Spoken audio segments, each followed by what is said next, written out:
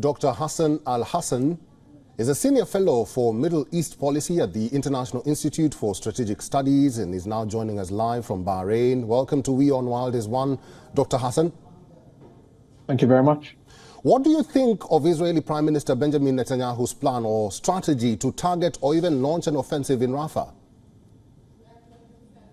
Well, the outcomes of that plan are, as we've heard from UN agencies and humanitarian and other relief international agencies and allies and partners of Israel as well, have warned that this plan, this strategy, this assault on Rafah, which now, as your report mentioned earlier, houses over 1.5 million Palestinians who are sheltering there, who have been displaced from other parts of Gaza. This plan is obviously going to have perilous, disastrous humanitarian consequences for those Palestinians living there.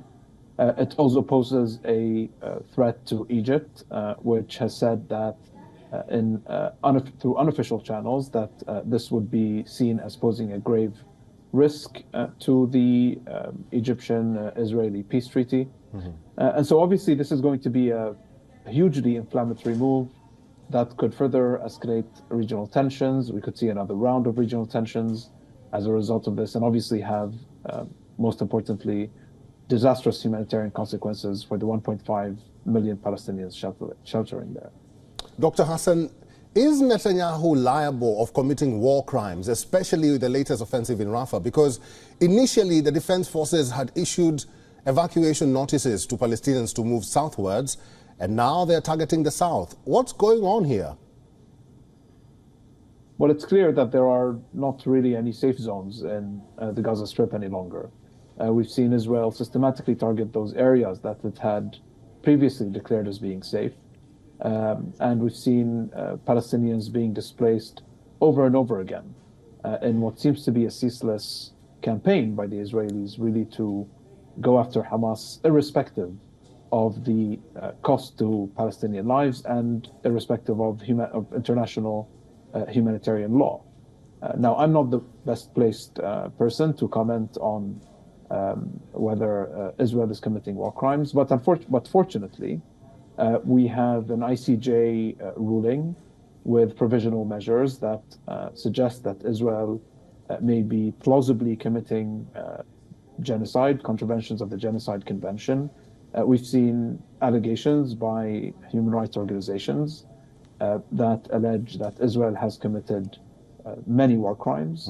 And so there are UN bodies, there is the ICJ, there are human rights organizations that have found Israel to be very plausibly guilty of very serious violations of international law. And so as a non-expert in international law, I defer to those agencies for their judgments as to Israel's conduct. All right, we'll deal with that.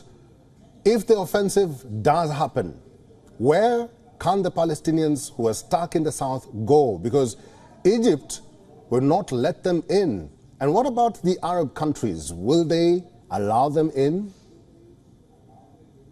Well, Egypt has said from the very beginning that it will not accept the forced displacement of Palestinians living in Gaza over the border to Egypt. All of the Arab states have also supported the Egyptian position by saying that they are totally opposed to any forced displacement or relocation of the Palestinians. And so all of the Arab states are united against what is, in effect, an ongoing Nakba, as the Palestinians call it. And so I think the Egyptians obviously have national security concerns and would not necessarily want to see a massive influx of refugees coming into its borders. Now, the Israelis might be trying to force a situation in which it becomes inevitable, unavoidable, for a large number of Palestinians to pour into the Egyptian borders. This may be a side effect, a consequence of Israel rendering the rest of the Gaza Strip uninhabitable by destroying most of its homes, by destroying most of the healthcare infrastructure. The rest of the Gaza Strip is, to a very large extent, really uninhabitable. And so this leaves Palestinians with extremely limited choices. It really isn't clear where Palestinians sheltering in Rafah at the moment could go if Israel does proceed with its plans for a ground invasion. In reality, I don't think the fate of Palestinian civilians is very high on the agenda for Prime Minister Netanyahu. We've seen over or nearly 30,000 Palestinians killed so far, including 10,000 children, with over half of Gaza's population displaced, I think even up to 80%. And so I don't think that the question of where Palestinians are going to go or what ends up happening within the broader humanitarian context for people in Gaza is really a policy priority for the Netanyahu government at the moment. All right, I've been talking to Dr. Hassan Al-Hassan, who is a senior fellow for Middle East policy at the International Institute for Strategic Studies. Thank you very much, Dr. Hassan, for talking to us today. Thank you for having me.